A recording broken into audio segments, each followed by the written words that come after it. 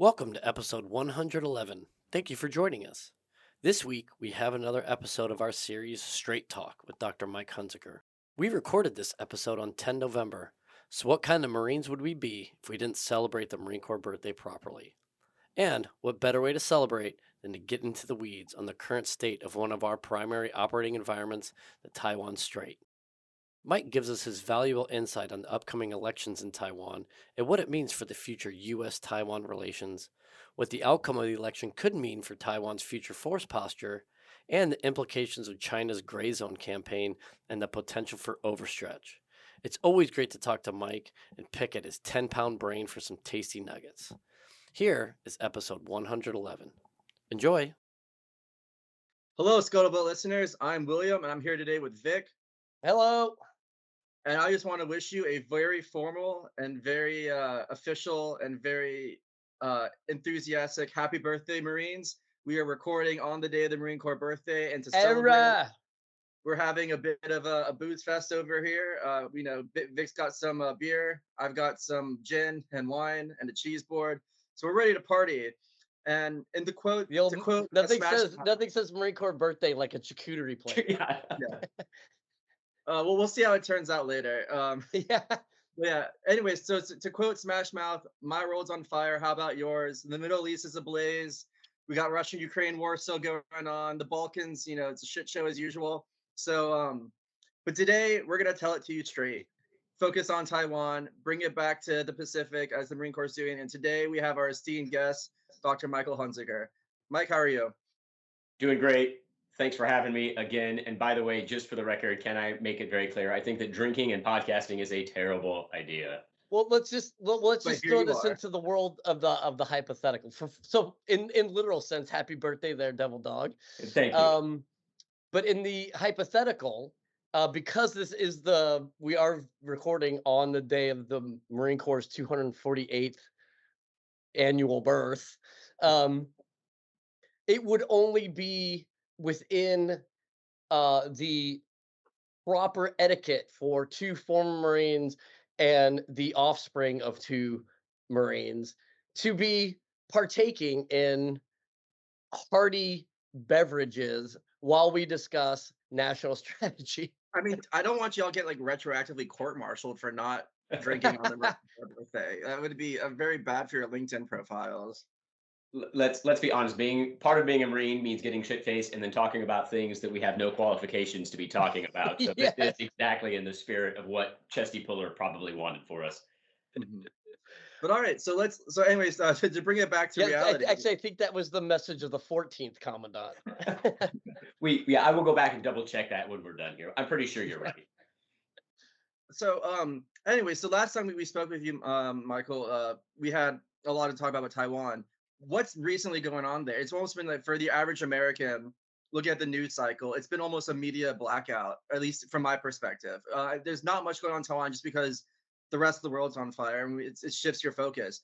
What is the situation over there right now? Yeah, no, it's a great question. I love how you set things up by saying the world's on fire. How are you doing? And yes, the world's on fire. And you and I and Vic, we're talking about the tinderbox of gunpowder that we're sitting on top of while the world burns down. And I also think it's a great point you raised that, from the American perspective, nothing's happening in Taiwan because the rest of the world's on fire. And I actually think our conversation will probably get to this. This, I think, speaks to some of the challenges of American strategy making. It's just we are stretched really to the max here. But I think the honest truth, or at least my perspective of the honest truth, half of a beer in, is that stuff is still going on in Taiwan. Nothing really throttled back in that part of the world. And in fact, I think Beijing is very much eyeballing what we are doing in the United States and having to do in Ukraine and having to do in Israel. And we have to keep on the Balkans and trying to sense and maybe even feel out whether there are opportunities for them in Taiwan. But yes, the pressure is still being ratcheted slowly up. Still a lot of these gray zone provocations and ADIS intrusions and drone overflights.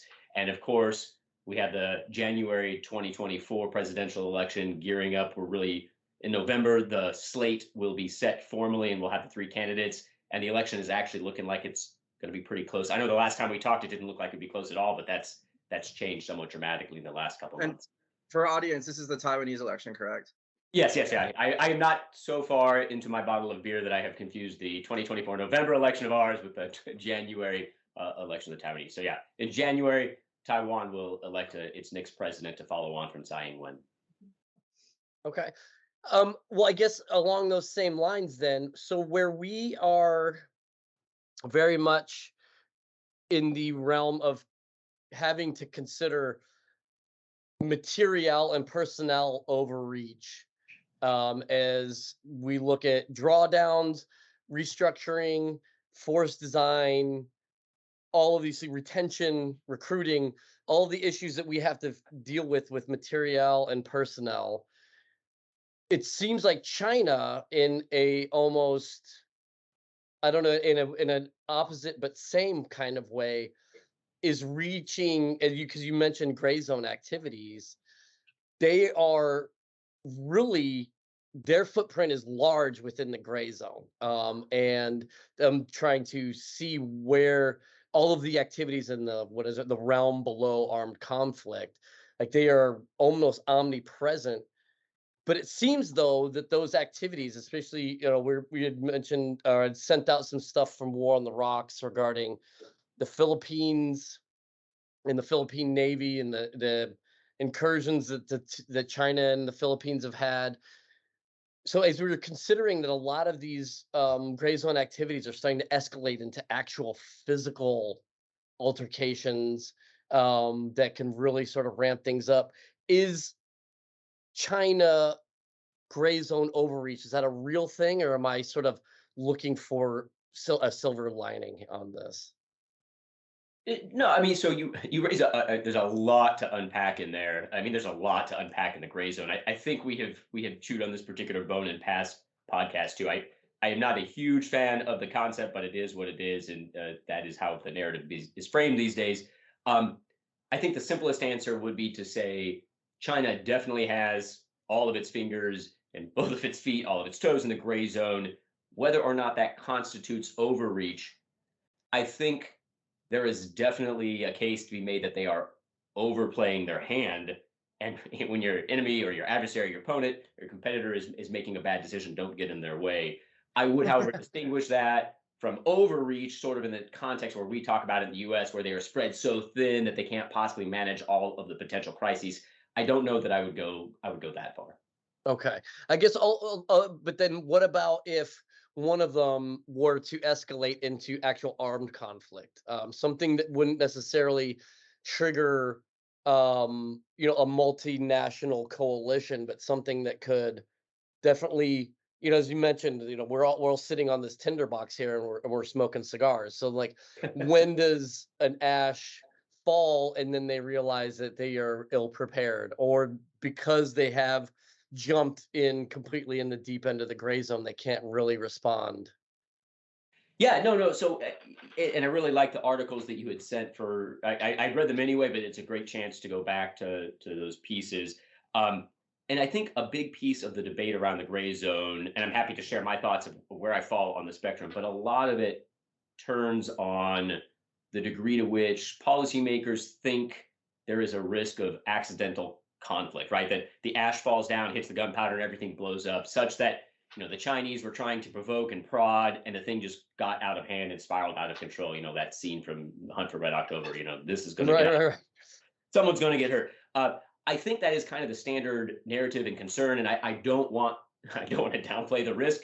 Uh, History always has a way of surprising you when you get a little complacent, but at least from a very admittedly academic perspective, I think most IR scholars, and I don't speak for everyone, but I think most IR scholars tend to be pretty skeptical that there is really a such thing as an accidental war. And I guess I would offer a couple reasons.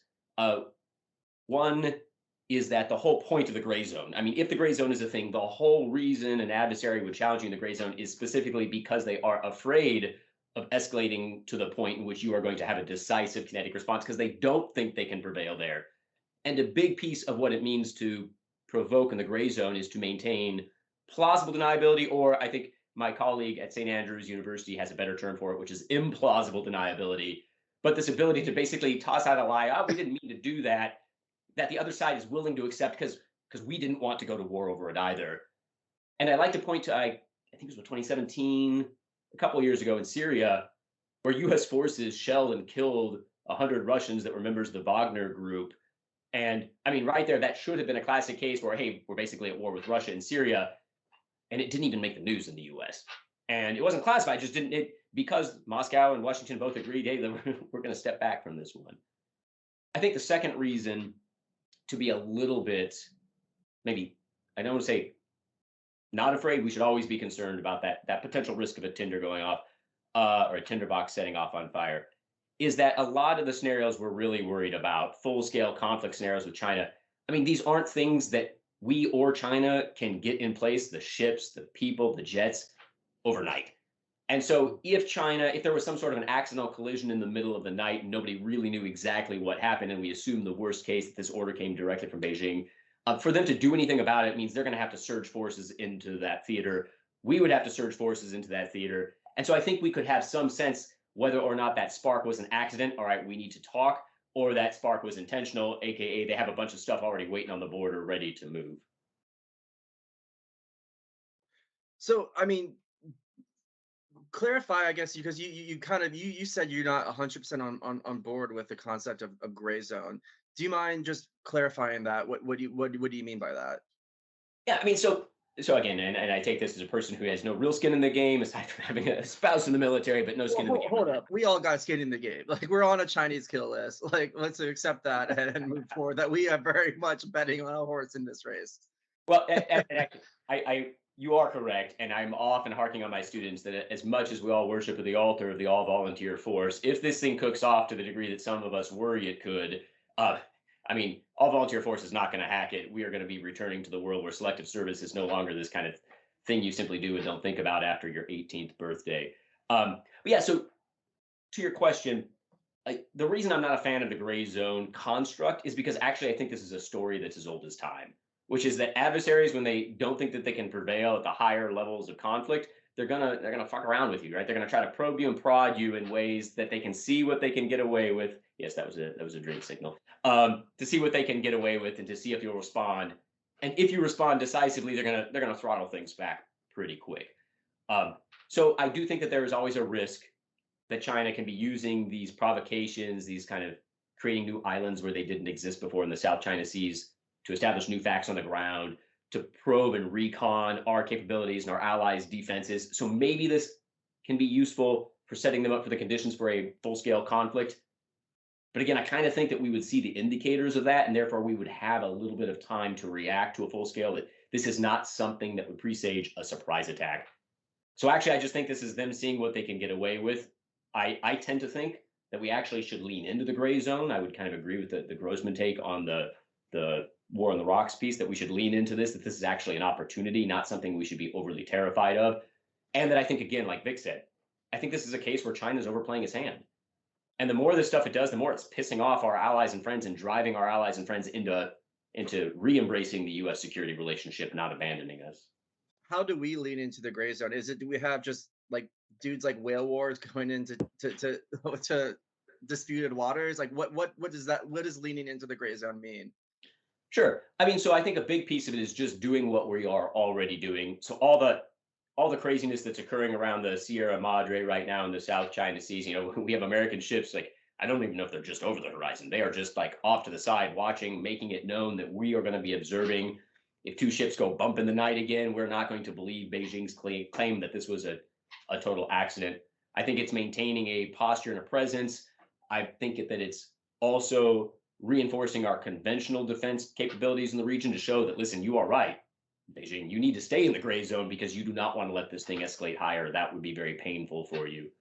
And I think a big piece of it is actually political and should be oriented and aimed back at the domestic U.S. audience, which I think a big piece of competing in the gray zone means getting the American people ready to do this for probably a very long time. I don't see this ending anytime soon. I actually tend to think the gray zone is a useful outlet for both China and for us. I mean, there are hawks on both sides of this issue that they want something done. And this allows Beijing and Washington to go back to the kind of most forceful voices on both sides, say, listen, we're doing something about it. Who wants to go to war, though? And so I think in some ways, these gray zone back and forth tit for tats that we should be engaging in are a sign that this is probably about as good as it's going to get until we can resolve the underlying political problem. Yeah, because in the 70s and 80s, the way that you would do this would be to actually fight a proxy war. Yeah, well, and that's the other thing is that by rebranding something that we have actually known and been doing for a long time, and a lot of which we did during the Cold War. I mean, what we did with the Mujahideen in Afghanistan against the Soviets, as a classic The example, the we're Contras, the Sandinistas, yeah, Cuba, I mean, yeah, et cetera, right? we have seen this playbook before. We have used it. We have used it against our adversaries. And actually, if you kind of follow the evolution of the gray zone construct, before this kind of around 2014, we referred to it as hybrid warfare. And if you look at what the Russians were writing about hybrid warfare back then, actually the Russians said that they were learning it from the stuff that we used to do in the 80s and towards the end of the Cold War. So last time we spoke, we brought up a little bit about Taiwanese politics, and the biggest thing was like they were responding to how we were treating Ukraine, and that's one of their biggest concerns. Like, are we going to keep supporting them if shit hits the fan? In recent that the development has changed significantly in recent weeks and months, with especially with Israel. How has that driven Taiwanese politics? What have they seen from that in terms of both, how now just support Ukraine, especially with the more recent Speaker of the House issue in the United States, more on the balance. How has that influenced Taiwanese politics? Yeah, so it's a great question. I have not seen recent polling data on what's going on in Israel and how that is impacting Taiwanese perception. From the folks I've been talking to, it seems that for the most part, it's not quite making the media, not quite rising to that level of visibility in Taiwan as, say, that Ukraine did. My sense is obviously the surprise nature of the October 7th attack. That is something that obviously Taiwanese defense planners are paying close attention to. Maybe there are lessons to be learned there. I think that, in that smaller circle of folks who pay a lot of attention to defense and security issues in Taiwan, obviously there's, going to be some natural concern about the United States and, well, is there a risk that we're going to end up getting drawn into a larger conflict against Iran? And what would that mean? Would that embolden Xi to roll the proverbial iron dice? But I don't think Israel and the conflict there had quite the same impact as Ukraine. I do think public opinion polling and the folks I've been talking to, and I just, after we spoke the last time, I did last podcast, I went back, I spent about a week in Taiwan. My sense is things have kind of stabilized there. And so there was that initial sort of dip in the level of confidence that America really would have Taiwan's back if the shit hit the fan, and this kind of concern that maybe what we try to do is turn Taiwan into an ammo dump like we did with Ukraine, and we try to let them be our proxy in this kind of greater conflict against China. I think some of those concerns have been assuaged. Our support for Ukraine is really, proven enduring. So I think that confidence levels have kind of gone back up. I wouldn't say they're super high, but I think they've kind of gone back to the level that they were at prior to February 2022. Then my follow-up question is then why is the election in so close, and what's at stake with the Taiwanese population? Yeah, I mean, so a lot of especially the recent closing and gap in terms of public opinion polling has to do with domestic issues, as it does in any election where foreign policy doesn't always loom large. I think in particular, all three candidates are more or less saying and or likely to say if they win the election that they're going to continue a defense posture and a basic foreign policy orientation that is, it's more or less going to look like the status quo.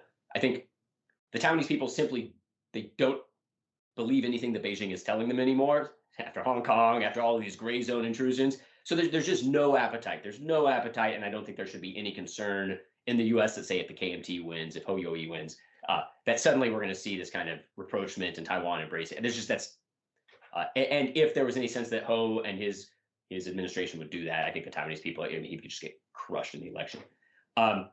By the same token, one of the concerns with Lai, he's the DPP candidate, he's Tsai's vice president. One of the concerns there is he has a pretty clear track record before becoming vice president of being very pro-independence, but he's really tried to throttle that back, walk that back a lot. And I think I'm doing an injustice to the translation, but I think the gist of his line now is, I know Taiwan is independent in my heart, so I don't have to say it or make any moves towards it as president. And so in that way, I still don't think that even if he were to win, and the polls right now show him as being ahead, not by a huge amount, but being ahead, that we would see again a fundamental break in terms of Taiwan immediately trying to reach for independence. And Lai, like Tsai, I think is very committed to improving defense spending, as is Ho. So actually, So I guess, go ahead. oh, I was just saying, so as they move into, or I guess they're full on into election season, or at least campaign season, what are the defense stakeholders saying? Are they also waiting? And then are they waiting in a posture that the status quo is just going to be maintained, or do they see a shift in, I guess, either defense spending or moving from a more traditional posture to an asymmetric, getting ready for an asymmetric fight that we had talked about? Yeah, so I think it is somewhat difficult right now, and maybe that's just a function of me being an amateur, but to really parse out meaningful differences between their defense postures. A big part of this is, of course, in any election, even an election where voters are going to be a bit more attuned to foreign policy than, say, an American election, defense really gets into the weeds. But for the most part, I think all three candidates, Ke, Ho, and Lai, are all committed to increasing defense spending, sticking with that kind of basic trajectory of getting around 2.5% of GDP. I think all of them are at least saying the right things, defined as what Washington wants to hear, about remaining committed on some level to asymmetry. And this goes back to the gray zone question, there's still a lot of waffling in the Bonnie Glaser op-ed, a lot of waffling about how much asymmetry. And I think at the end of the day, the degree to which any of those three administrations will be able to force the Ministry of National Defense, the defense bureaucracy, to embrace asymmetry is limited. And we can get into all of that. But kind of the sense that we need more asymmetry, which is at least better than the current level. And I think the sense that all of them would maintain the decision to increase conscription to 1 year, that's going to take effect in January for the first time. And so it will be interesting because the election will happen right as that is kind of rolling out for reals now. And it will be kind of interesting to see public reaction now that young men are being drafted for a full year and how that's going to play out. I don't think it can affect the election because it's all going to happen at about the same time. But whether or not different candidates, 6 months or a year down the road, if this does prove unpopular, maybe they might throttle back on it, but I don't see that. I don't see that in the cards. Yeah, I mean, I guess one of the things you can definitely glean from Gaza, at least, very much from the cheap seats, looking at how Taiwan may be perceiving other international events, is that the Israelis, because of their conscription, were able to rally a very sizable force to respond, very quickly. I mean, to the point where, folks are literally taking, domestic air and civilian air to just fly in from all their other countries because they're responding to the call. Yeah, no, I think, and by the way, I'm cracking into my second beer, so now is when I speak hard truths. Let's go.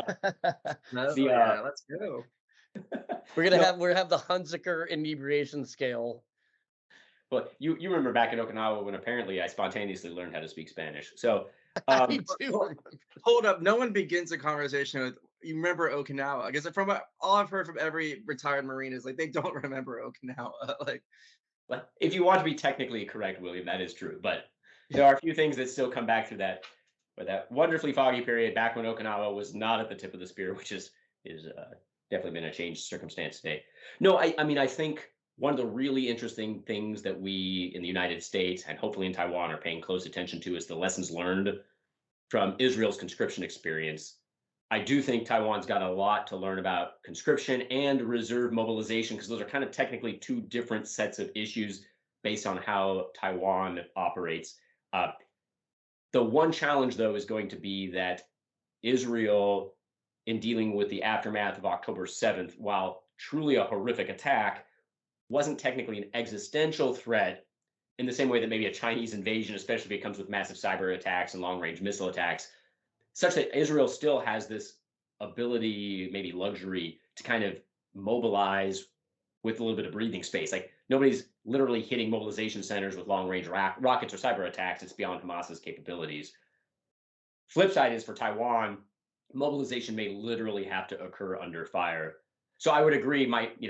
I think moving from where Taiwan is to where it would be better off being would require emulating something closer to what Israel does than certainly say the operational reserve of the U.S. model. Uh, I still, though, don't think if we're being very serious about a worst case scenario, and if we want to get into that Bonnie Glaser article where she says maybe we shouldn't focus on that, I don't know that I agree. But if we're looking at inoculating against the worst case scenario, I would say, the IDF model is good, but it's not probably as good as it could be. I guess so. Then looking then from the Taiwan lens, we had already sort of mentioned this idea of gray zone overreach, and maybe it's a more of like an over commitment than overreach in the way that we would understand it. But at the same time, that whatever that looks like, it still is looking like something to the Taiwanese military. Um, and they are, I don't know, you please comment on this. Would they be more attuned to the nuances of a overcommitment or a improper commitment to the gray zone, given all the domestic issues that they have, to the point where we may be raising more issues about the activities that are going on in the South China Sea than Taiwan maybe isn't quite so concerned, because they do understand all of these things, and the fact, kind of like you said, is, hey, if they're gonna continue to mess up, I do not want to get in their way. Yeah, I mean, I really like this question. I think it's the right way of thinking. Uh, it's why I think the U.S. would be better off talking about the gray zone as an opportunity and a threat in a couple of regards. One of which is, I think I think we learned this from Vietnam. I think we learned this from Iraq. I think we've learned this over and over again, and it's a lesson we somehow keep putting back on the back shelf. Uh, our allies understand the information disinformation environment better than we do. We are just whatever. And William's question, what can we help in the gray zone? There are a lot of things we can do, but one thing we can't do is galvanize social resolve. And so I've said it a bunch of times. If gray zone provocations alone are sufficient to undermine Taiwanese resistance to fight and faith in their government, then I don't know what the fuck we're even talking about here. Because somehow a country that is so irresolute that some drones flying overhead and some cyber attacks cause them to capitulate to Beijing will suddenly then be willing to fight when the Armada mobilizes. Like that's crazy pants. Second, I actually think the Taiwanese are very savvy in terms of understanding disinformation and misinformation. I think they know when they're getting the line right out of Beijing. They've been dealing with this environment for a very long time. And when you go to Taiwan, you can literally be reading an American website, Wall Street Journal, freaking out about a bunch of airplanes flew over the median zone. And in Taiwan, they just shrug it off. They're like, we've been dealing with this forever. Now, yes, there's a risk of inducing too much complacency. Yeah, because I mean, Zelensky was saying a lot of that same stuff, and then all of a sudden, here came the Russians, right? Although Zelensky was saying it as Russia was mobilizing armored divisions on his border, and so and this is where it's like, okay, It's true. 50 planes fly over the median zone and they do a fish hook and fly home. We probably shouldn't freak out. 50 planes fly across the median line and 100,000 troops are loading ships. Well, that's a different matter. And again, Right. this is where I think we have to be clear about, at a minimum, what the gray zone is and isn't. Because otherwise, if it becomes everything, it's kind of too easy to misrepresent. Yeah, everything that isn't shooting is a gray zone, right? Exactly. And then you stretch it far enough, everything that is shooting is in the gray zone. So I think I actually don't think the Taiwanese are nearly as irresolute as people who freak out about the gray zone sometimes portray them as being. I think they know what's going on. My actual concern, getting to the whole asymmetric argument, which I can't let this hobby horse go. My real concern is focusing too much on the gray zone. Not only isn't helping Taiwan, because I don't think Taiwan really needs that much help in galvanizing resolve against the gray zone. What it does do is, I think, feeds into a talking point to the Ministry of National Defense, which really wants any justification possible to acquire more symmetric capabilities like F-16s and large warships, so it can do intercept missions. And this is kind of where I do, and utmost respect for Bonnie Glaser and all the important work that she does in her piece in The War on the Rocks. She argues, well, Taiwan needs more jets and it needs more ships, even if it's going to lose them in the first moments of a fight, because they're useful in the gray zone. To which I guess I counter, I don't understand. If you want to monitor Chinese intrusions, do it with a drone. Or if you want to intercept a ship, I don't know why an old rickety ship isn't just as good to do it as a brand. But to say, I mean, just dress up as a fisherman and take out, something that'll, yeah, that it doesn't require billions of dollars to Yeah, make happen. you don't need to meet, fishing militia ship with fishing militia ship and Chinese destroyer with Taiwanese destroyer. And in fact, there is literally no, I mean, it becomes a cost imposition problem or not problem, solution for China. They just have so much more crap they can throw at Taiwan. No matter how many F-16s Taiwan buys, China just has to throw more old stuff across the median line. And we're Right. already, talk to any Taiwanese Air Force officer. I mean, they're getting exhausted. Their pilots are tired. Their jets are getting worn down, intercepting not even all of the intrusions. So there's simply no world in which Taiwan could ever keep pace. And if Taiwan sets that as being the goalpost, we have to keep pace with every intrusion or even half the intrusions. China has a really easy answer. Let's just keep doing this until half of Taiwan's Air Force is broken down. Right. Well, I guess along those lines, then, do we are we able to pull pages? I mean, as and I'm thinking it's strictly from a military, tactical, operational, strategic lens here, because I do not want to encourage or give the perception that I feel like Hamas's activities are legitimate or justified or anything other than a horrific terrorist act. That being said, though, tactically, they were able to subvert and operate under a highly skilled and elite level intelligence network. And it seems that they had gotten because the Israelis had gotten away from human intelligence and had started relying more on tech intelligence. So I guess in response to that, with what you're saying with Bonnie Glazer's article, is that where can Taiwan, what pages of that playbook can Taiwan take and then make and then find success in? Yeah, no, I mean, another great question. I've been pondering this a lot and thinking even more off the cuff than I ever do or probably should. I think there are two things I would highlight. One of which is a warning, and one of which is, let's see what we can do to emulate. The warning is the risk of strategic surprise. I tend to fall on the Peter Culver side of the spectrum and the Easton side of the spectrum when it comes to early warning. I tend to think you can't really do a snap invasion.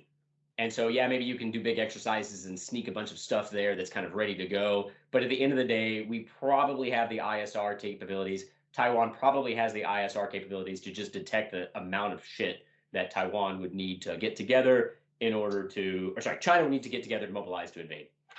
But I do think, exactly as you pointed out, this over reliance on technological surveillance may create vulnerabilities to creative opportunities, gaps, or strategic surprise. I mean, who on October 6th thought they'd be waking up the next morning reading about Hamas terrorists coming over on hang gliders? And although I don't think this is going to be a million PLA on hang gliders, I also think we should open up our aperture of creative options that Beijing could attempt to try. Because I really do, one thing I would agree with is this obsession with worst case scenarios really seems to boil down to a D-Day style invasion. And as I always echo Tom Earhart, that brilliant strategist, he keeps saying, the enemy is going to solve its operational problems the way that it sees fit, not the way that we see fit. And when we see large bodies of water, we think Marine Corps, Second World War. But the irony is, even our Marine Corps is transitioning away from that mode of doing business. So if we're lucky, the Chinese will just try to emulate our tentative landing manual. If we in Taiwan are unlucky, they may try something that we aren't prepared for. So that's the warning. My gut tells me the thing that I really hope Taiwan is paying attention to, the silver lining, I don't want to use that, the thing they can learn would be, that asymmetry can work, and that hardening your city, digging tunnels, really making this thing a hornet's nest to deal with. I do think it's true China will not care nearly as much about collateral damage as Israel does, but still, you can make things a nasty operational and tactical challenge, because at the end of the day, somehow the PLA is still going to have to get boots on the ground. And just given the urbanization, the mega city that is Taiwan and Taipei City, that would make life real hard on the Chinese invasion force in a way that buys us lots of time. So this is something we bring up every episode, and it'd probably be good to have a status check. Is there any push to have those capabilities where it's, instead of instead of the United States sending them, massive missiles and whatnot, more on the ground individual capabilities? Has that push advanced at all, or is it still dead in the water? And unfortunately, the Taiwanese government's not listening to our podcast. I hate to break it to you, Taiwanese not listening. My mom is listening. She's listening very closely. She's a big fan. She has less than effective pull with the Tsai administration. No, I mean, I feel like among the people in Taiwan who pay close attention to security and defense issues, who are not the Ministry of National Defense, there is this basic sense that these asymmetric-like postures are the way to go, or at the very least, that Taiwan needs more than what it already has. Lots of cheap things, lots of drones that are lethal and mobile, and Force Design 2030 just flipped over for the Taiwan version. The challenge, though, is still, I have seen nothing, and I am hope springs eternal. I'm waiting to be surprised, and then I can, egg on my face.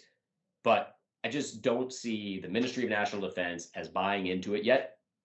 I see nothing to suggest the Ministry of National Defense is about to buy into it. I see the Ministry of National Defense dragging its feet, and sometimes the political decision is made to acquire these sorts of capabilities like Harpoon missiles, and so it'll do it, but I don't hear or see anything that seems to suggest they've got a plan for actively integrating these capabilities. This idea of a territorial defense force is still just dead on arrival. And the fact of the matter is, I mean, yes, Taiwan is a democracy in which civilians control the military, but the military is much more powerful in its ability to give the highest man to civilian leadership than it is in the United States. And I don't see any reason that I feel terribly optimistic, no matter who wins in 2024, that relationship is going to change, and that even the KMT would be any better at forcing MND to do this sort of stuff. So until we somehow find a way to break down that barrier, I hope that at least American policymakers will continue to be skeptical of the words that are coming out of Taiwan and Taipei, and really focus on, like, are we seeing this change on the ground? And I think a great next litmus test will be what training for these conscripts that are coming online in January, what that actually looks like. Yeah, so actually that leads with a question I had then is there a appetite for changing the posture away from just being reactive to whatever it is that the CCP does, or is there an avenue or a motivation to be almost like to use the Hamas and Israel conflict as the barometer, but is there an opportunity, or does the Taiwan military see positive ways of doing counter intel or setting conditions within mainland China that would then deter or prevent China or distract China then? I mean, I guess to use China's own tactics against them in this sort of in these operations below armed conflict. Yeah, so I mean, I would say if we're looking at what I consider worst case scenarios, I would agree, not most likely, but worst case scenario invasion. Oh yeah, does the Ministry of National Defense have a plan to not be reactive? And that's long range strike. And I think, and I've said in several of these versions of podcast, it's deeply problematic for all sorts of reasons, not the least of which is the fact that there's just no amount of conventional military power, aka conventional missiles, that Taiwan could possibly fire against China that would break its resolve or diminish its capability, and actually would probably give it an excuse to go ahead and finish off the attack. And I could see China actually trying to goad Taiwan into pulling the trigger first. At the level of gray zone threat, I think, again, the Taiwanese understand this threat environment, this world, and these operations better than we do. They understand the cultural context. I don't know that I've seen anything that suggests the level of sort of proactive versus reactive offense is the best defense in the gray zone that you're suggesting. I would wonder, though, spitballing totally here, super dangerous. I mean, I would wonder, though, the degree to which the more here in the U.S. that we hype the gray zone threat and make Taiwan look like it's vulnerable and helpless against the threat, that we're actually eroding creative thinking that the Taiwanese could be doing, saying, listen, actually, you got this one. In fact, we need you to handle this one. We'll be your backstop, but we can't take the lead on this type of operation. And we would love it if you were getting a bit more creative in your cyber capabilities and your disinformation capabilities. And of course, one of the best things Taiwan can do is be this beacon of democracy, of successful capitalism. And here I would agree with Bonnie Glaser and others that there are a lot of things the U.S. can do, especially on the economic front, to relieve some of the pressure on Taiwan, and we are doing to relieve some of the pressure on Taiwan to diversify its economy, because again, nothing really shows the Chinese people the potential of democracy and capitalism than a flourishing Taiwan.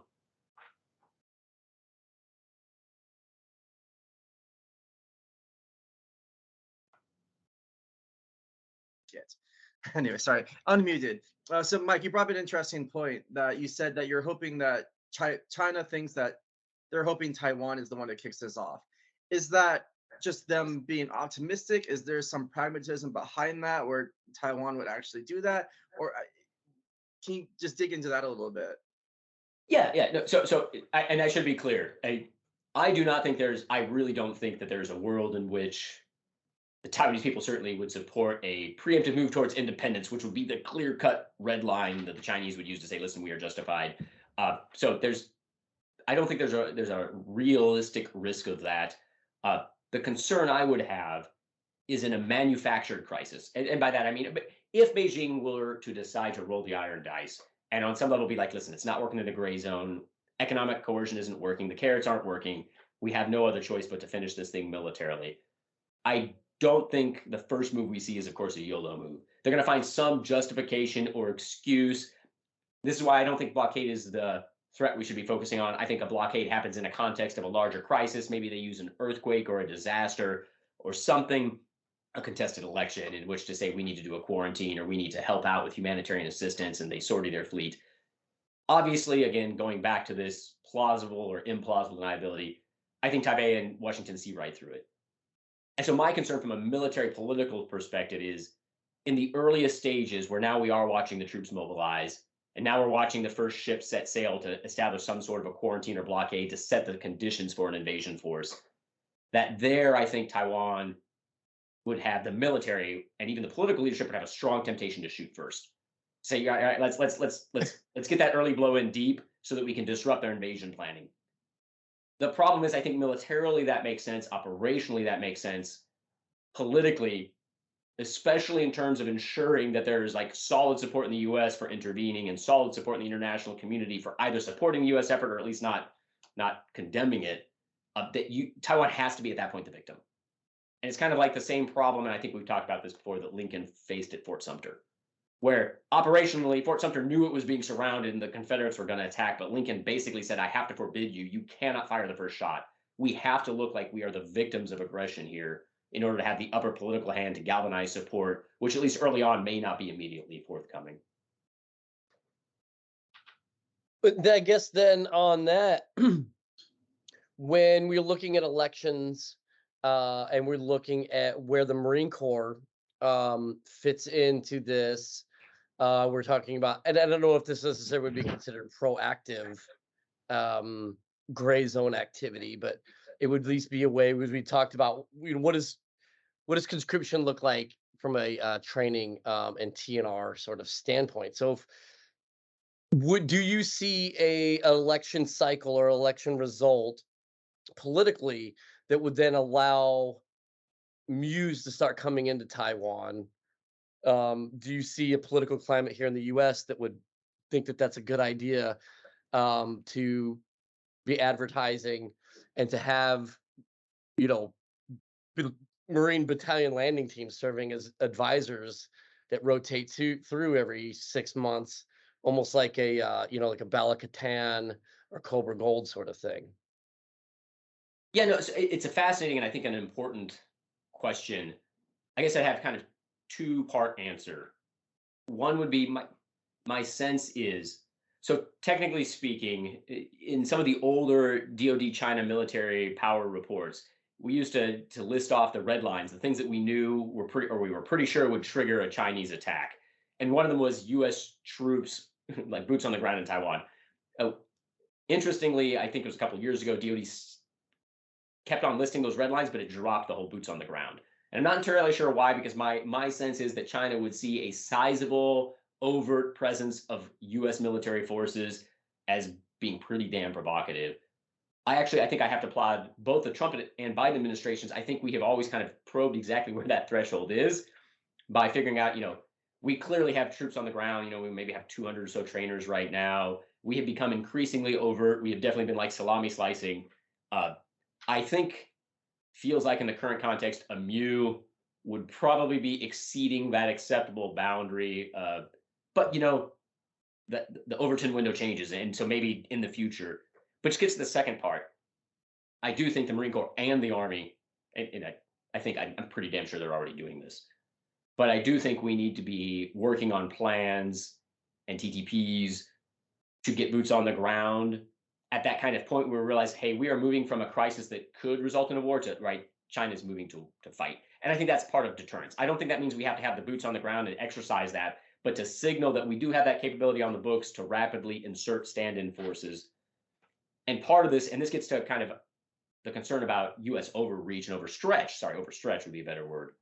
Uh, is I do think if we are being serious about really deterring China, that we have to be able to signal that we are not only in it to win it, but that we have the ability and the resolve to do it for a long time. There's, I think, and it's starting to change now. CNAS literally just had a report that came out like yesterday. I think there has been an undue focus on a short war thesis, like the first 6 weeks of the invasion. We talked about that, the simulations. I've never found those plausible. And so I think we do have to show China that we are ready for protracted conflict. I think protracted conflict means ground conflict. And so for both the Marine Corps and the Army, thinking in serious ways about, first of all, getting forces in a crisis when we're no longer worried about escalating, when we're not, then we're moving to war fighting. And then how could we sustain this fight? How could we roll back a beachhead that has landed and taken out a big part of Miaoli or Taipei and actually fight in an urbanized environment? And, I don't know that we have those plans yet, but I do think that we're working on them. But I would encourage us to keep working on them. All right, man. Oh, So go ahead, let's dude. So thank you. So forward thinking, as we are intellectual individuals, what steps do you recommend going from here? I know we bring this up every time, and it may be repetitive, but based on the current information and the current geopolitical standpoint, how do we go forward? Yeah, no, I mean, I don't think it's a question we can ask enough. I would say I think there are three concerns that keep me awake at night, and inadvertent accidental escalation in the gray zone isn't. It doesn't mean we shouldn't worry about it. Just of the things that really kind of take up most of my very limited intellectual bandwidth. I guess number one, I hope that we continue to plan. I hope that we are planning in the first place. I'm assuming we are, but I hope we continue to do so in more overt and open ways, planning for simultaneity. Vic and I are old enough to remember that the 2 war and then the 1.5 war, the planning model. I don't think that we can downplay the risk of a simultaneous conflict. I don't necessarily buy into this axis of evil part 2, where Tehran and Beijing and Moscow are meeting in like some sort of an Austin Powers room and figuring out diabolical.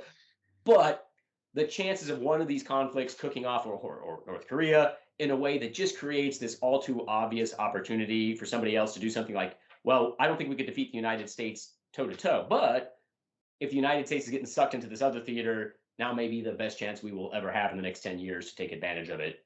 And so I think if we really want to deter that, we got to be able to show that we can do that. So simultaneity, which I think comes back to this question of the all volunteer force and conscription, like showing the American people, we're willing to go above and beyond if we have to. I think second, planning for protracted war, planning for protracted ground war, and not just in Ukraine.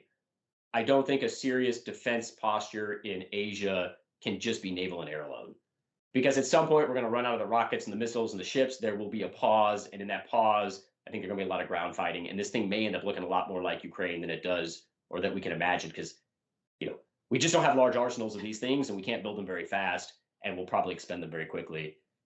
And then the third thing I know I've harked on before, but I don't know that we've done enough to think about the serious risk of nuclear escalation. I think we take it for granted that we have more than China does, so they're not going to use it. I think there's an imbalance of resolve. Taiwan is going to matter more to Beijing, especially if it attacks. And so, I hope we're running through those games as well. All right. Well, Vic, I know you just walked away to get another drink. But do you have any other malingering questions? No, I find it really fascinating, this idea of you know what it I guess the symmetry versus the symmetric versus asymmetric. Yeah, that's a bone for you guys. I wonder about that and why, what it is about the bureaucracies, because obviously our bureaucracy is quite a juggernaut as well. Where it seems obvious to us, but not so much on the Taiwanese military bureaucracy, and why, a $1 billion F-35 that won't make it 10 minutes into a conflict seems much more desirable than, $100 million worth of loitering munitions. I don't understand that. Yeah, I mean, it really. So I'm right now. I'm reviewing for a friend a book manuscript, and I hope this thing comes out soon. So I don't want to spoil any of the thunder, but it's talking about the challenges that Petraeus and others face as they tried to implement FM3 TAC 24 back in the day, counterinsurgency manual and doctrine, and the establishment of the asymmetric warfare group. And what I really love about his manuscript, which is why I hope this thing comes out soon, is he goes in really painstaking detail about just all the mundane, mind-boggling obstacles the bureaucracy threw up every step of the way, which to an outside observer or a scholar would be like, that's stupid. Like, we're losing lives in Iraq. Let's solve the problem. But I mean, to just give one example from his amazing book, which will hopefully come out soon, at one point they were trying to field some little pamphlets that had graphic aids for how to deal with IEDs and snipers. And the problem was TRADOC, Army's Training and Doctrine Command, they tried to roll these things out and they tried to call them graphic training aids. And TRADOC said, actually, technically, a graphic training aid is only something we can produce, and it requires a 2-year vetting process. So we're not going to allow you to call it that or vet it. So they literally had to find a different way to name this thing so they could roll it out without commanders saying we're not allowed to read it. And it's just a microcosm of how each of these little teeny tiny anal retentive, rules can really magnify, and how, again, like you said, we deal with the same thing. It's just that each side kind of forgets that the other side has to deal with these things. I would agree. We should probably take a close look in the mirror before we totally chide the Taiwanese military for not embracing drones. Because I mean, even again, not to throw stones here, but the U.S. Air Force has been really slow to embrace uncrewed aircraft and remotely piloted vehicles. And a big reason for this is, because the people who are in charge of the Air Force were pilots. And so there's just this kind of intra-community, political, prestige-based set of arguments. And if it's fair for the U.S. Air Force to resist embracing drone capabilities, then I guess we shouldn't be surprised that Taiwan. I would simply say, though, the fact of the matter is Taiwan is 90 miles away from this existential threat. So unfortunately, while it's a understandable reason, I don't think that necessarily means Washington should accept it as an excuse, because if Taiwan gets it wrong and it doesn't do everything it can to deter, right, American lives are on the line. So you bring back an interesting point. So let's just pretend, that I'm a dumb American taxpayer. American taxpayer, brilliant. And I have no idea how, the process of us giving supplies to Taiwan works. Let's just pretend. Is there a way where we just say, hey, we understand the changing character of war. You need this, and we're in this, mega $1 billion aid package we're giving you. It has to go to these capabilities that we want you to have. Is that a possibility, or does the Taiwanese government have too much of a say in what they want to receive? Yeah, American taxpayers are a brilliant group, and I think most of them would still be befuddled by just how hard we sometimes make this. So I think there are a couple of obstacles. Number one is some of the most exquisite capabilities we just don't have a ton of. Actually, some of the most mundane capabilities we also just don't have a ton of. And so there is, and this gets to the overstretch problem. Ukraine, Israel. At a certain point, you run out of 5.56 munitions and 60mm mortars that you can be giving away, let alone kind of the more cutting edge, bleeding edge stuff. And anything that we were to draw down, this is the Presidential Drawdown Authority, to literally just hand over ready-made, we may not have enough of it. The second problem is, even if we had enough of it, or even if we said we'll accept the risk, it's better that our frontline partner has it than we have it. We could have time to build it. There's the problem of just because you have the stuff doesn't mean you have the doctrine and the training to use it. And I think this gets to kind of my earlier critique of the Ministry of National Defense, is even in cases where we have really, and I think the Biden administration has done a great job of twisting Taiwan's arm and saying, You're going to buy these things. Even when they're being purchased, even when they eventually show up in 5 to 10 years, like harpoons, it's not clear the Ministry of National Defense takes them seriously enough and plans to integrate them into its defense concepts, and therefore, recruit, train, and equip the forces that are actually going to use the harpoons and have the tactics and the techniques and the procedures and the doctrines. And so, getting the stuff is literally just the first step, assuming that you have the stuff to give them. Which gets to the third challenge. There are a lot of debates right now in Congress. Should we be giving like about $2 billion a year, not in just sales, but like just give Taiwan $2 billion that it can spend on both U.S. arms, but also arms around the world, whatever works. And there are a few challenges, one of which is actually the Ministry of National Defense, and some political officials are saying, well, that looks pretty conditional. Like, you're giving us this money, but you're saying we have to spend it on X and not Y.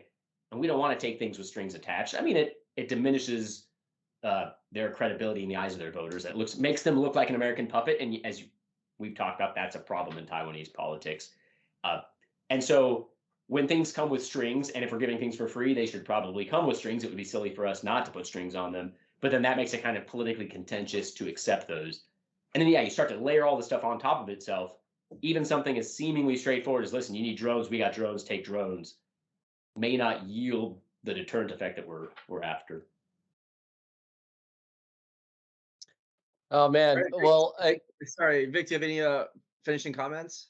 I do not, man. No, this is really great, and to be talking about stuff that affects Marines and the future generations of Marines on Marine Corps birthday. It's pretty sweet.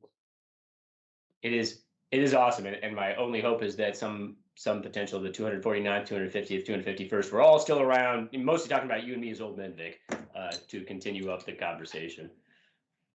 Yeah, man, absolutely. Just to harken back, I'm actually gonna go do carrier calls in my garage right after this is over. Stay fit, buddy. Well, to all our listeners out there, thank you for tuning in. A happy birthday to all the Marines out there. Keep kicking ass as an American taxpayer. For the love of God, please keep kicking ass. We need it. My friends here watching the show agree heavily that we want hardcore Marines. So you guys are doing great. All the men and women out there. Michael, thank you for coming on. We appreciate it. And to all of our listeners, please keep tabs on the Taiwanese situation. It's still relevant. There's a lot going on, a lot to follow. There's a lot of sketchy news sources, but we at Scuttlebutt are 100% reliable. You should listen to us and cite us in the articles that you will write for us for the Marine Corps Gazette, because we need them. And that is coming from a hardcore Gazette fan, enthusiast, editor, and American taxpayer. All right. So thanks for tuning in. Happy birthday, and we'll see you next time. Thanks, y'all. Happy birthday. Bye. A common axiom is that those who do not learn from history are doomed to repeat it. Another axiom is that we sweat in peace so that we don't bleed in war. Here at the Marine Corps Association, we fully understand both. That is why we offer, through our professional development page on our website, a comprehensive catalog of battle studies, tactical and ethical decision games, and war games to ensure that not only do we learn from the past, but we embrace the thoughts and decisions that influence the outcomes of some of the greatest actions of the Marine Corps. We have tools and techniques that will enhance both unit training as well as enable comprehensive self-study.